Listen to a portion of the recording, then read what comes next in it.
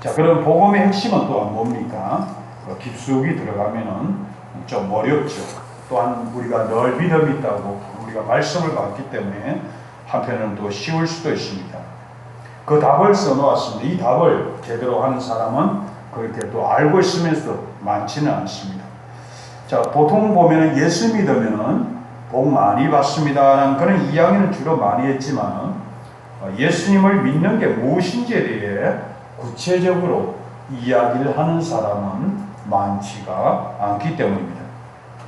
자, 예수님의 가르침의 핵심, 곧 복음의 핵심은 과연 무엇입니까? 그것은 바로 하나님 나라라는 것입니다.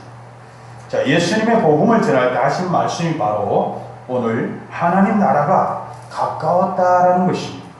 자, 하나님 나라가 주님이 가르치고 하는 그런 내용, 그럼 그 내용의 핵심은 또 무엇입니까?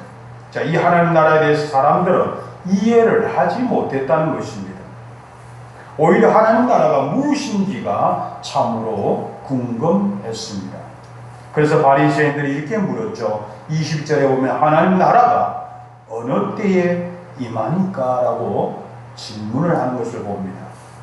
자, 예수님이 계속 하나님 나라가 가까웠다고 하시니까 분명히 이 사람들은 하나님 나라가 그러면 도대체 무엇이고 어떻게 가까이 왔습니까? 라는 그런 질문을 하고 있는 겁니다. 자, 하나님 나라에 대해서 오해한 것은 바로 바리새인들 뿐만 아니었습니다. 예수님의 제자들 역시 성령을 받기 전까지는 하나님 나라를 제대로 이해하지 못했다는 것이죠. 자, 물론 주님을 따라다니면서 그 믿음은 그 제자들이 다 가졌습니다.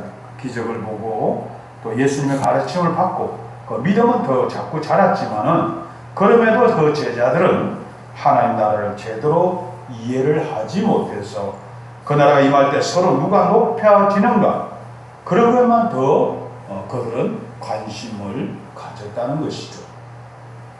그래서 주님은 바리새인들의 질문도 있었지만 제자들에게도 하나님 나라의 실체에 대해서 다시 말씀하고 싶으셨던 것입니다.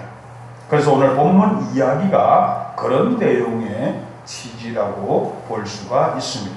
자, 그러면 오늘날 성도들은 하나님 나라를 제대로 깨닫고 있는 것인가? 자, 만약에 제대로 깨닫고 있다면 우리의 삶은 이러한 모습으로 살아가서는 안 된다는 것입니다.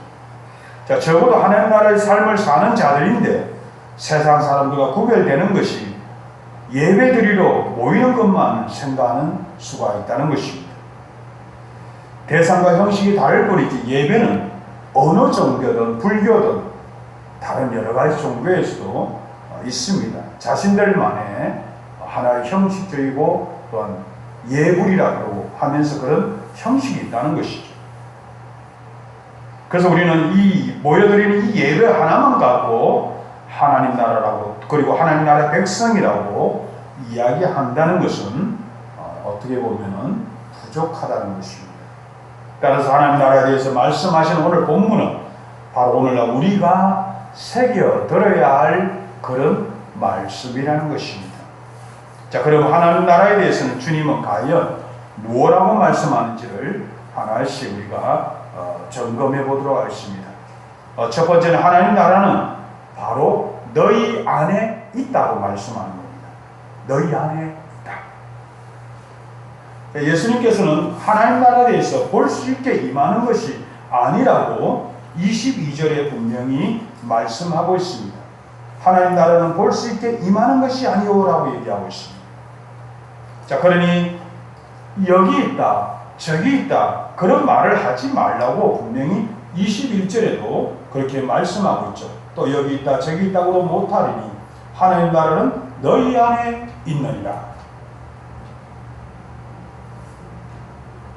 사람들이 제일 많이 착각하는 것은요, 이 하나님 나라가 언제 어디서 어떤 모양으로 이루어지는가 그런 모습입니다. 하나님 나라를 이 땅에 있는 인간들의 나라와 비교해서 그들은 생각하는 겁니다. 이런 생각을 갖는 데에는 저들이 가진 선민 사상이 한 몫을 하고 있다는 것입니다.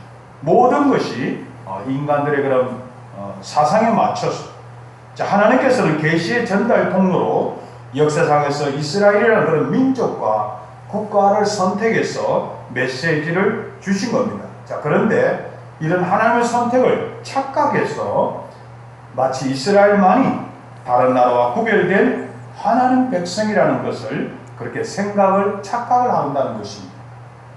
자, 그런데 예수님 말씀을 보면요, 이 나라와는 별도로 다른 의미를 하나님 나라를 말씀하시기 때문에 하나님 나라가 언제 임하는가에 대해서 그들이 물어본 것입니다. 자, 그러나 예수님은 저들이 가진 잘못된 생각을 바로 고쳐 주셔야 했다는 것입니다. 그래서 하신 말씀이 하나님 나라는 볼 수 있게 임하는 것이 아니다라고 말하는 것입니다. 하나님 나라는 여기 있다 저기 있다고도 할 수 있는 게 아니다라고 말씀하셨죠. 자, 그러면서 또 말씀합니다. 하나님 나라는 너희 안에 있다. 자, 이 말씀의 핵심은요, 하나님 나라는 이 세상 나라처럼 보이는 나라가 아니라는 것입니다. 자, 우리나라만, 이 대한민국을 말을 할 때 어떻습니까? 무엇을 생각합니까? 어떤 사람은 지도를 생각하는 사람이고, 어떤 사람은 태극기를 생각하는 사람이고. 자, 결국은 이것은 영토를 말하는 거고, 보이는 어떤 국기를 말하는 겁니다. 그러면서 우리나라 사람을 생각하는 겁니다. 국민들을 또 생각하겠죠. 마지막으로 또한 이 나라를 이끌어가는 지도자를 또 생각할 수가 있겠죠.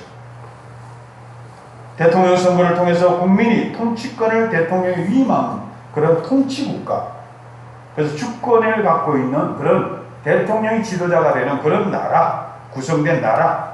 그래서 나라라고 하면은 영토와 그리고 국민과 또한 주권, 대통령, 이렇게 생각합니다. 자, 이런 형태의 하나님 나라를 이 제자들이나 다른 사람들은 이렇게 착각한 겁니다. 그러니 말만 하나님 나라고 한 것이 그냥 이 땅에 있는 그런 나라를 그들은 생각한 것이죠. 자, 하지만 주님은 하나님 나라를 그런 나라와는 다르다는 의미에서 눈에 보이지 않는 나라라고 우리 주님께서 말씀하신 것입니다. 그러니 당연히 여기 있다 저기 있다고 할 수 없는 나라가 하나님 나라라는 것이죠. 또한 이 말씀 곧 하나님 나라는 너희 안에 있느니라고, 이 말씀의 핵심은 하나님의 통치권을 강조하신 말씀이기도 합니다. 하나님 나라는 실제 하는 그런 나라있지만, 실제로 있는 나라있지만 영적인 나라라는 것입니다. 자, 그러니 하나님 나라에는 영토도 의미가 없습니다. 오늘 일찍한 부분에 가둬들은 그런 국한된 그런 나라가 아니라는 것입니다. 하나님 나라의 핵심은 하나님과 그 백성 사이에 있는 통치권입니다. 하나님 나라 다스림이 이루어지는 자리가 바로 하나님 나라인 것입니다. 예수님께서 하나님 나라가 가까웠다는 이 전파하신 것은 결국 이제부터 하나님 다스림을 받는 그의 백성이 되라는 그런 말씀과 동일한 말씀을 오늘 하고 있습니다. 하나님의 다스림을 받는 삶을 산다면은 그런 자리가 바로 하나님 나라라는 그런 말씀을 결과적으로 하고 있다는 것이죠. 그래서 성도라는 말도 다시 정의를 내린다면은 하나님 나라의 백성이라는 것입니다. 하나님 나라의 그런 하나님의 다스림을 받는 자, 이것이 주의 백성입니다. 그래서 성도가 거룩한 이유가 바로 여기에 있다는 것입니다. 성도 자체가 거룩한 건 아닙니다. 물론 이 거룩하다, 의롭다고 인정을 받습니다. 자, 하지만 아무리 믿음이 있다고 하나님 우리 존재를, 그 자체를, 그 본심 자체가 깨끗하다고 이렇게 말은 못할 것입니다. 다만 제사함을 받은 이후부터 하나님의 다스리심을 받았기 때문에 세상 사람들과는 확연히 구별되고 거룩한 백성이 된다는 것입니다. 이것이 성도의 삶이라는 것입니다.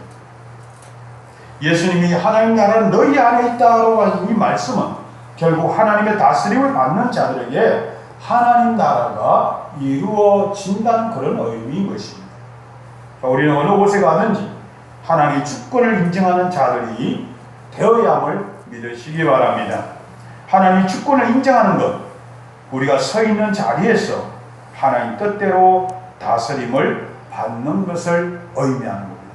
내가 주체가 아니라 하나님이 주체가 되어야 한다는 것이죠.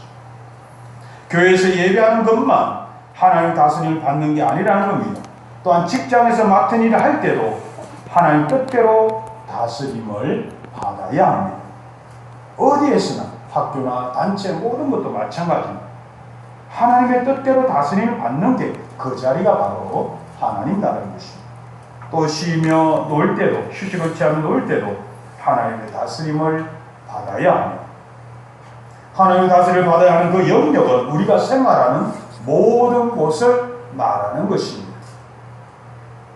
교회에서는 찬양과 기도는 잘하는데 어떤 영업을 할 때 남을 속인다든지 그렇게 하면 하나님 나라를 이루는 것이 아니죠. 또 사업하는 성도가 헌금을 많이 드리는데 그 주체에 불법이나 편법으로 번 돈으로 헌금을 한다. 그것이 정당한 것입니까? 아니라는 것입니다. 이미 불법과 편법을 하는 사이에 하나님 나라는 무너진 겁니다. 없어진 겁니다. 사라진 것입니다.